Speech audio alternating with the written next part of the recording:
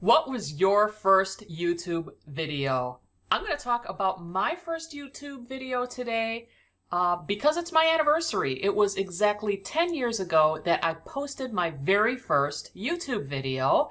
And today, 10 years later, that video has over 2.25 million views. So, how did I get 2.25 million views without being a YouTube star? I am going to discuss 4 factors that made that happen that were completely accidental, and maybe 1 factor that I could have done better. So, to begin with, here's the video, and as you can see, over 2.25 million views, which I think is a crazy amount of view for your first YouTube video, first time out. So there's kind of a crazy story about how that happened.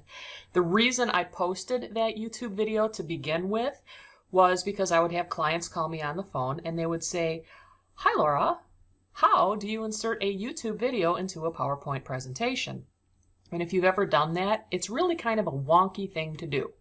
So my thought of doing this was be helpful. And that's my factor number 1 on why it got over 2 million views is, number 1, provide helpful information. I didn't post it for 2.5 million people. I posted it for my clients saying, hey, it's too hard for me to describe over the phone how to do this. I'm cutting this little video really quickly, putting it up on YouTube. I'll send you the link, just follow it. I cut it as a video voicemail, so to speak, so they could see what was going on and just kind of follow along. So that was tip number 1, really making it for one person and making it really useful. The second thing that I did that I found out later that was inadvertently helpful is what I titled the video, and I titled it really simply. It was a how-to video, so I titled it something along the line of how to embed a YouTube video into a PowerPoint 2007 presentation. Fairly simple. Having that describe exactly what the video was about was my factor 2. Factor 3 was I got super lucky with the thumbnail. Today on YouTube we can do custom thumbnails that describe exactly what the content is about, but 10 years ago we did not have that option. So 10 years ago, you had 3 options that YouTube would just kind of randomly, it appeared, picked from a list of possible screenshots from your video. Well, one of the screenshots was a screenshot of what I was showing that said how to embed a YouTube video into a PowerPoint presentation. So I had the repetition of what was going on in the video also repeated in the thumbnail. And I later found out that's a really good thing. That really pumps you up. The 4th factor was I blogged about it. We didn't have Twitter back in the day. We didn't have Instagram or Facebook. But I did have a blog and I posted it for my clients. But I'm like, you know what? I've got a blog. Other people may find this helpful. So I posted there, hey, here's this video that I cut. If you want to know how to do it, how to insert a PowerPoint or insert a YouTube video into a PowerPoint presentation, boop, here's how you do it. And that was my first link. Other people started finding that helpful.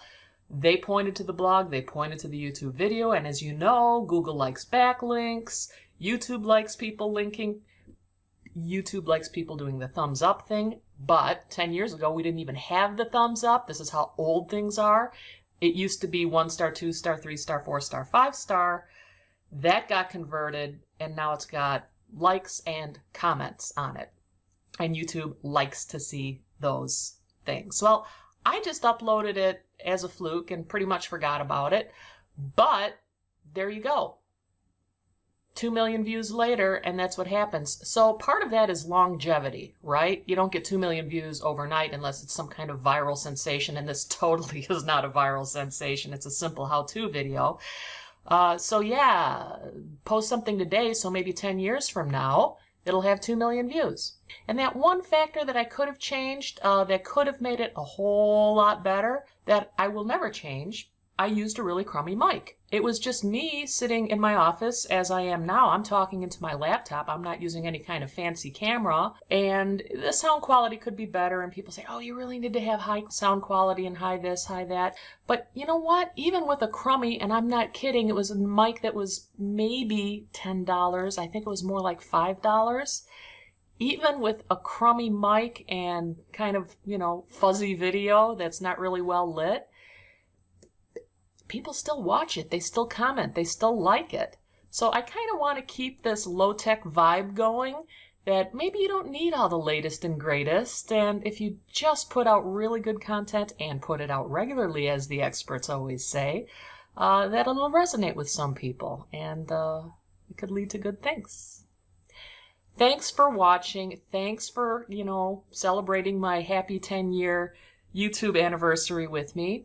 Please do subscribe. I've ignored YouTube for a very long time. I see its power and its potential right now, and I promise to post a whole lot more of these kind of low-tech, low-vibe videos from my home office here in Grand Rapids, Michigan. If it resonates with you, by all means, hit the subscribe button, and we'll talk to you later. Bye-bye.